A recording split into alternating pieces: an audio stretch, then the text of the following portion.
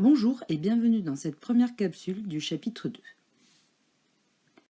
Dans les activités précédentes, nous avons appris les différents effets d'une action mécanique, comme mettre en mouvement un ballon, ici grâce à un pied, ou ici mettre en mouvement un bateau grâce au vent dans la voile.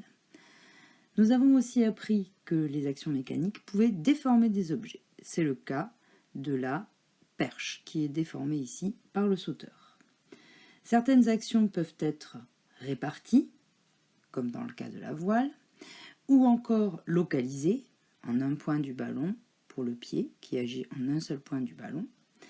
Elles peuvent aussi être de contact, lorsque le pied touche le ballon par exemple, ou encore à distance, c'est le cas des aimants et d'une bille. Pour commencer, vous allez noter sur votre fiche de leçon les éléments suivants. On peut modéliser une action mécanique par une force qui est représentée par un segment fléché, que nous avons déjà appelé précédemment un vecteur. Nous allons travailler sur un exemple, celui de la force exercée lors d'un coup de pied dans un ballon. Il faut commencer par définir le système, c'est-à-dire ici le ballon. Puis, nous allons déterminer quelle est la force qui nous intéresse. Ici, celle de la force exercée par le pied, qui est donc le donneur, sur le ballon, qui est donc le receveur. Comme pour la vitesse dans le chapitre précédent, une force a 4 caractéristiques. La première caractéristique est le point d'application, c'est-à-dire ici le point A. Nous allons ensuite définir la direction. Cette direction est la droite qui suit le mouvement. Je la dessine ici en pointillé. C'est donc la direction oblique.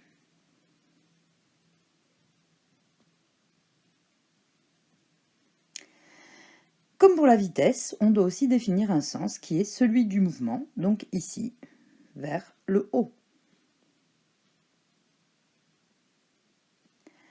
Une force est une grandeur physique.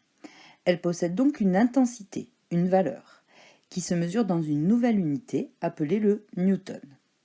Par exemple, pour représenter ici une force d'intensité 10 newtons, il nous faudra choisir une échelle et on pourra ensuite représenter cette force à l'aide du segment fléché qui part de A et qui va vers le haut en suivant la direction précédemment indiquée par la droite en pointillé. Cette force est symbolisée de la façon suivante, un F avec une flèche dessus pour indiquer qu'il s'agit d'un vecteur, puis dessous en indice, on indique le nom du donneur, c'est-à-dire le pied, un slash et le nom du receveur, c'est-à-dire ici le ballon. Donc on a F de P sur B. Complétez à présent votre fiche de leçon avec les éléments suivants. Une force possède 4 caractéristiques. Un point d'application, une droite d'action, horizontale, verticale ou oblique, un sens, vers la gauche ou la droite, vers le haut, vers le bas, et une intensité. L'intensité d'une force se mesure avec un dynamomètre. Elle a pour unité le newton. La longueur du segment fléché doit être proportionnelle à l'intensité de la force. Il faudra donc choisir une échelle. Pour mesurer une force, on a donc vu qu'il fallait utiliser un dynamomètre. Il peut prendre la forme d'un ressort avec une échelle, comme dans le cas suivant, ici.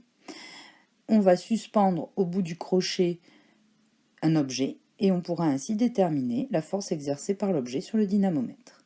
De la même façon, avec un dynamomètre circulaire, on suspendra ici l'objet au crochet et la flèche pourra prendre différentes valeurs. Ici, par exemple, l'objet exerce une force de 2 newtons sur notre dynamomètre.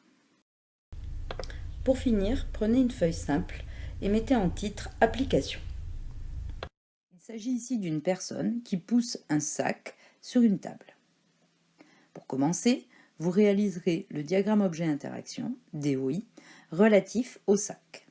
Puis, Dans un second temps, et après avoir reproduit le schéma, vous représenterez la force qui s'exerce lorsqu'on pousse l'objet avec une intensité de 4 newtons.